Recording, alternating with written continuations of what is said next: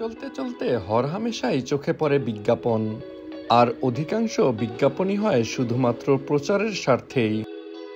কিন্তু সেই বিজ্ঞাপনেরই যদি থাকে কোনো বাস্তবিক প্রয়োগ, তাহলে তো বিষয়টিকে অন্যরকম বলতেই হয়।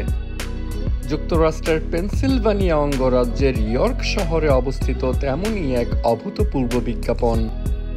জুতা বিক্রির বিজ্ঞাপন হিসেবে তৈরি করা জুতার আকৃতির এই বাড়িটি বর্তমানে ব্যবহৃত হচ্ছে আবাসিক হোটেল হিসেবে।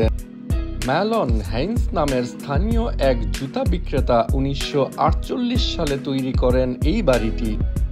শুধুমাত্র জুতা বিক্রি করে তৎকালীন সময়ে মিলিয়নিয়ার বনে যাওয়া হেইন্স এই বাড়িটি তৈরি করেছিলেন মাত্র $26,000 খরচ করে। 50টিরও অধিক জুতার দোকানের মালিক হেইন্স এই বাড়িটি তৈরি করেছিলেন মূলত তার জুতার ব্যবসার বিজ্ঞাপনের জন্য।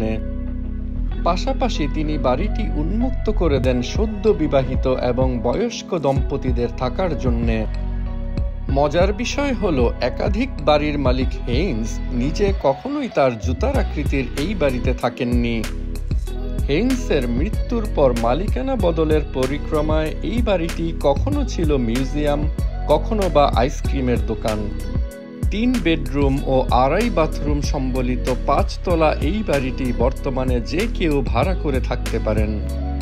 আমেরিকার 2 উপকূলকে সংযোগকারী প্রথম হাইওয়ের ঠিক পাশেই অবস্থিত এই বাড়িটি অনন্য এক স্থাপনা হলেও একমাত্র নয়।